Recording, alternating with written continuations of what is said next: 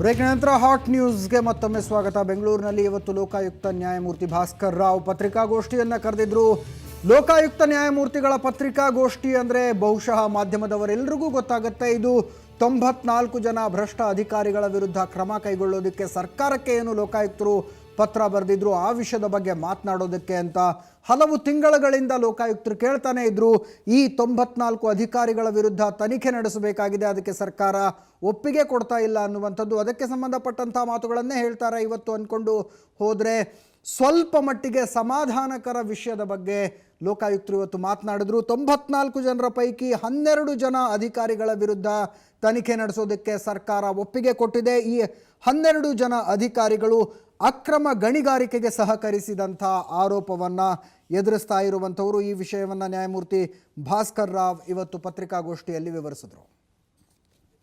ಗಣಿಗಾರಿಕೆ ಸಂಬಂಧಿಸಿದ this earlier Lokayukta report submitted by Santosh Hegde was placed by the Supreme Court before the Supreme Court. In that case I have given case number, and the Supreme Court accepted the report and found that A, B, C are the illegal minings. From that C class minings illegal and it requires take action. They said that has to be followed. Any authority, it is a binding on all authorities including government and Lokayukta, all of them.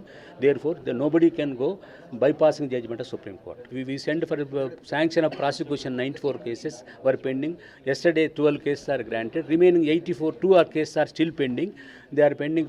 Some cases are more than 1 year, some more than 6 years, some more than 3 months are pending. We wrote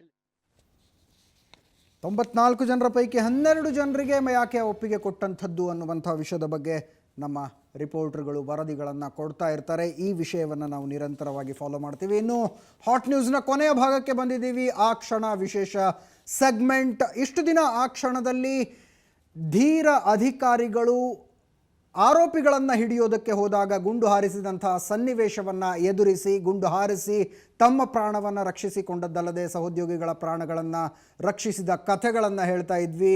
ಆಯಾ ಅಧಿಕಾರಿಗಳು ಒಂದೊಂದು ದಿವಸ ತಮ್ಮ ತಮ್ಮ ಕಥೆಗಳನ್ನು ಹೇಳ್ಕೊಳ್ತಾ ಇದ್ರು.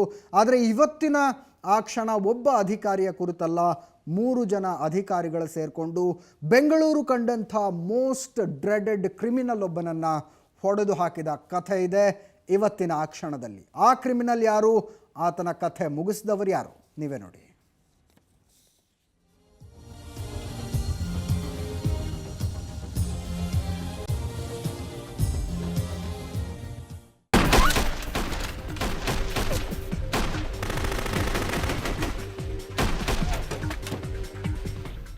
ಪ್ರತಿದಿನ ಆ ಕ್ಷಣ ವಿಶೇಷ ಸರಣಿಯಲ್ಲಿ ಒಬ್ಬೊಬ್ಬ ಇನ್ಸ್ಪೆಕ್ಟರ್ ಕಥೆ ಕೇಳಿದ್ದೀವಿ.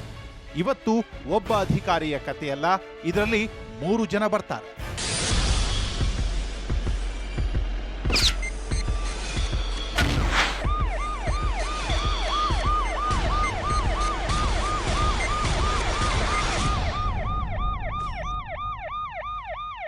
ಆ 3 ಜನ ಸೇರಿಕೊಂಡು ಮಾಡಿದ ಒಂದು ಎನ್ಕೌಂಟರ್ ಕಥೆ ಇವತ್ತಿನ ಆ ಕ್ಷಣದಲ್ಲಿ.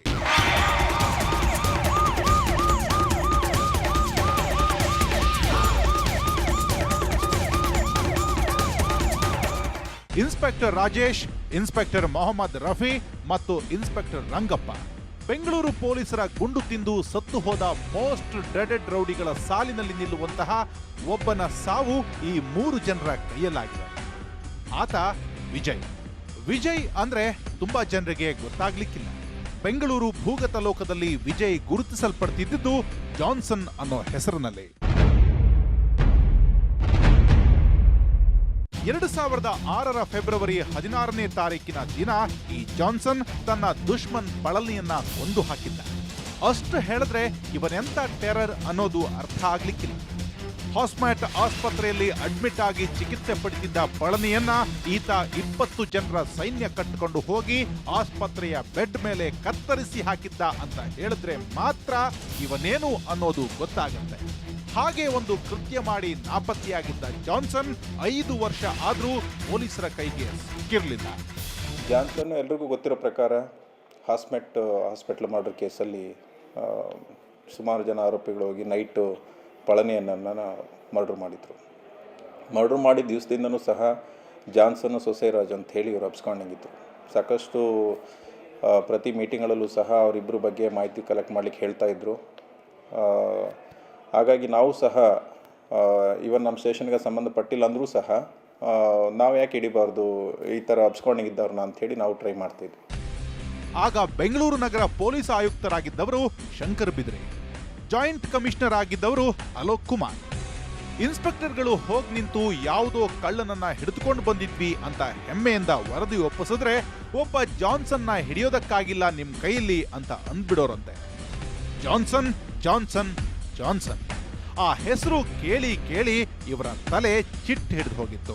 ಜಾನ್ಸನ್ ಅಂತ ನಟೋರಿಯಸ್ ರೌಡಿ ಶೀಟರ್ ಮತ್ತು ನಟೋರಿಯಸ್ ಕ್ರಿಮಿನಲ್ಲು. ಇವನು ಹಾಸ್ಮಟ್ ಹಾಸ್ಪಿಟ್ಲಲ್ಲಿ ನುಗ್ಗಿ ಮತ್ತೊಬ್ಬ ರೌಡಿ ಪಳನಿ ಅಂತ ಹೇಳಿ ರೌಡಿನ ಮರ್ಡರ್ ಮಾಡಿ 5 ವರ್ಷದಿಂದ ತಲೆಮರೆಸ್ಕೊಂಡು ಓಡಾಡ್ತಾ ಇರ್ತಾನೆ.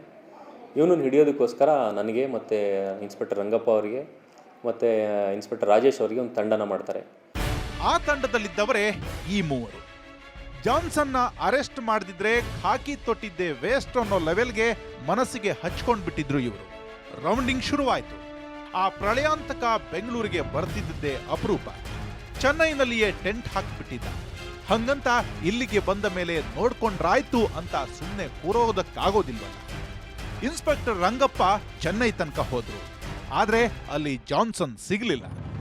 ನಂತರ ಅವನು ಬೆಂಗಳೂರಿಗೆ ಬರ್ತಿದ್ದಾನೆ ಅನ್ನೋ ಮಾಹಿತಿ ಸಿಕ್ಕಿದ್ದು. ಬೆಂಗಳೂರಲ್ಲಿ ಒಂದ್ಸರಿ ಅವನು ಬಂದಿದಂಥ ಮಾಹಿತಿ ಸಿಕ್ಕಾದ್ಮೇಲೆ ನಾಗವಾರಕ್ಕೆ ಬಂದಿದ್ದಾನಂತ ಗೊತ್ತಾಯಿತು. ಒಂದು ಯಾವುದೋ ಗಾಡಿನಲ್ಲಿ ಕಾರಲ್ಲಿ ಬರ್ತಾ ಇದ್ದಾನಂತ ಹೇಳಿ ಸ್ವಲ್ಪ ನಮಗೆ ಮೊದಲು ಮಾಹಿತಿ ಇತ್ತು ಇವನ ಹತ್ರ ವೆಪನ್ ಇದೆ ಅಂತ ಹೇಳಿದ್ರು ನಮಗೆ ಬೇರೆಯವರು. ಜೊತೆಗೆ ಬೆಂಗಳೂರು ಸಿಟಿನಲ್ಲಿ ಇವನು ಸಾಕಷ್ಟು ಸ್ವಲ್ಪ ಈ ಎಕ್ಸ್ಟ್ರಾಕ್ಷನ್ ಎಲ್ಲ ಮಾಡ್ತಿದ್ದಾನಂತ ಇನ್ಫಾರ್ಮೇಷನ್ ಇತ್ತು. ಒಬ್ಬ ಪಕ್ಕಾ ಪ್ರೊಫೆಷನಲ್ ಪೊಲೀಸ್ ಅಧಿಕಾರಿಯ ಮಾಹಿತಿಯ ಜಾಲ ಕೆಲಸ ಮಾಡೋದು ಹಾಗೇನೆ. ಜಾನ್ಸನ್ ಇಂತಹ ದಿನ ಇಷ್ಟೊತ್ತಿಗೆ ಕರೆಕ್ಟ್ ಆಗಿ ಇಂತಹದ್ದೇ ರಸ್ತೆಯ ಮೂಲಕ ಇಂತಹದ್ದೊಂದು ಕಾರಿನಲ್ಲಿ ಬೆಂಗಳೂರಿಗೆ ಬರ್ತಿದ್ದಾನೆ. ಅಷ್ಟು ಖಚಿತವಾಗಿತ್ತು ಮಾಹಿತಿ. 3 ಜನ ರಿವಾಲ್ವರ್ ಲೋಡ್ ಮಾಡಿಕೊಂಡ್ರು.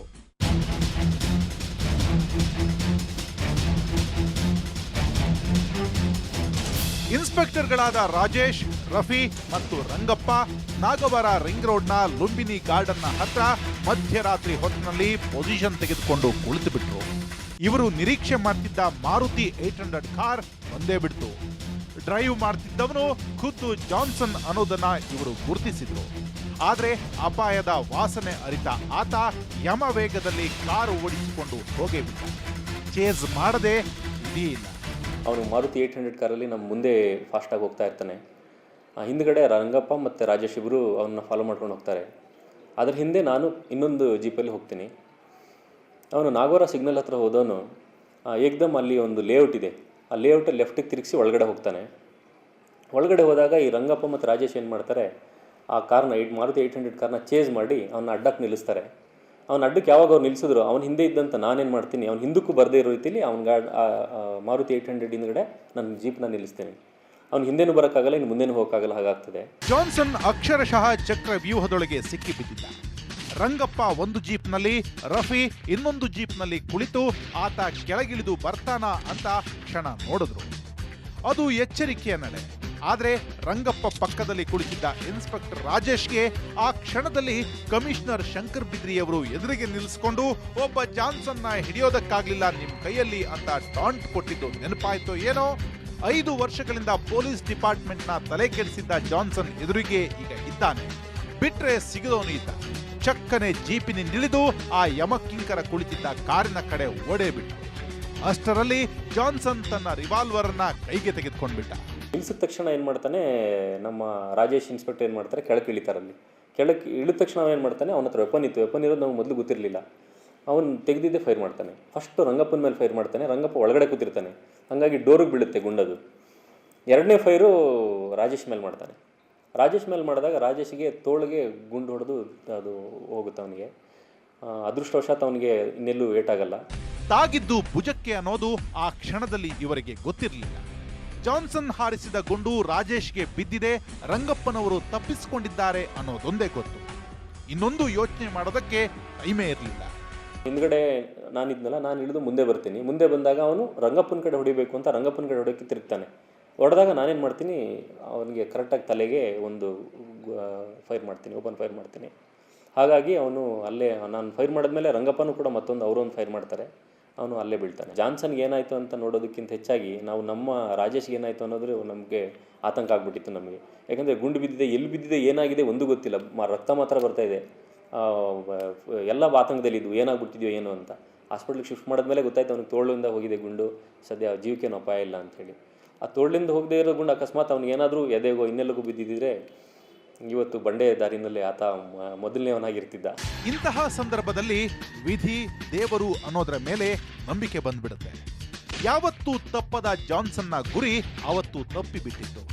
ಅವರ ಭುಜದ ಮೂಳೆ ಛಿದ್ರವಾಗಿತ್ತು. 4 ಇಂಚು ಈ ಕಡೆ ಗುಂಡು ತಗಲಿದ್ರೆ ನಮ್ಮ ಜೀವನದಲ್ಲಿ ಮರೆಯಲಾಗದ ಘಟನೆ.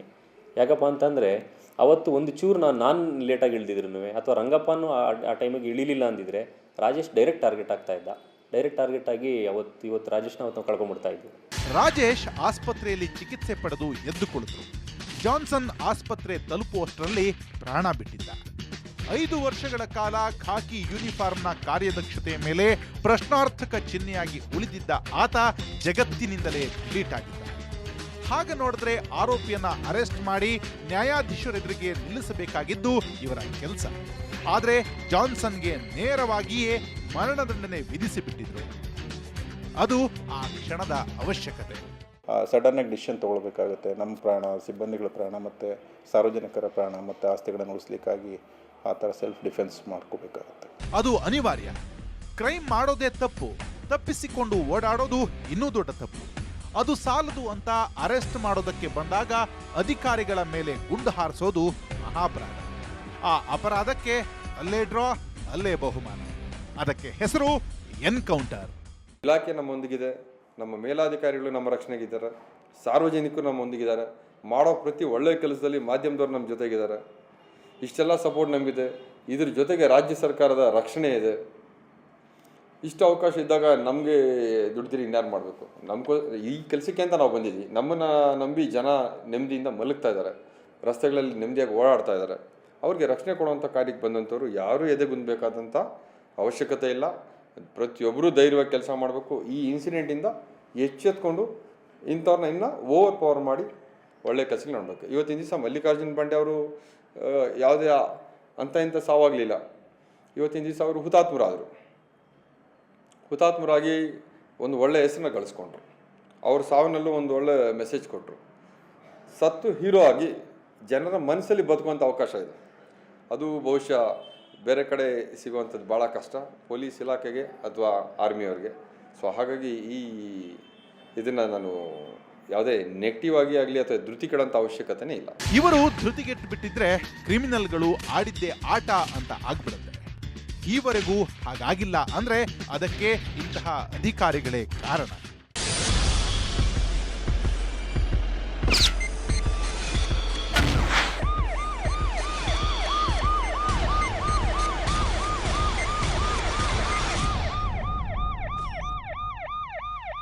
ರವಿಕುಮಾರ್, ಕ್ರೈಮ್ ಬ್ಯೂರೋ, ಸುವರ್ಣ ನ್ಯೂಸ್. ಎಸ್, ಜಾನ್ಸನ್ ಎನ್ಕೌಂಟರ್ನ ಆ ಕ್ಷಣದ ಜೊತೆಗೆ ಇವತ್ತಿನ ಹಾಟ್ ನ್ಯೂಸ್ ಮುಗಿಸ್ತಾ ಇದ್ದೀನಿ. ಇದು ಆಯಾ ದಿನದ ದೊಡ್ಡ ಸುದ್ದಿಗಳನ್ನು ವಿವರವಾಗಿ ಕೊಡೋ ವಿಶೇಷ ಕಾರ್ಯಕ್ರಮ. ಪ್ರತಿದಿನ ಸಂಜೆ 6:30ಕ್ಕೆ ಪ್ರಸಾರ ಆಗುತ್ತೆ, ತಪ್ಪದೇ ನೋಡಿ. ನೇರ, ದಿಟ್ಟ, ನಿರಂತರ ಸುದ್ದಿಗಾಗಿ ನೋಡ್ತಾ ಇರಿ ಸುವರ್ಣ ನ್ಯೂಸ್.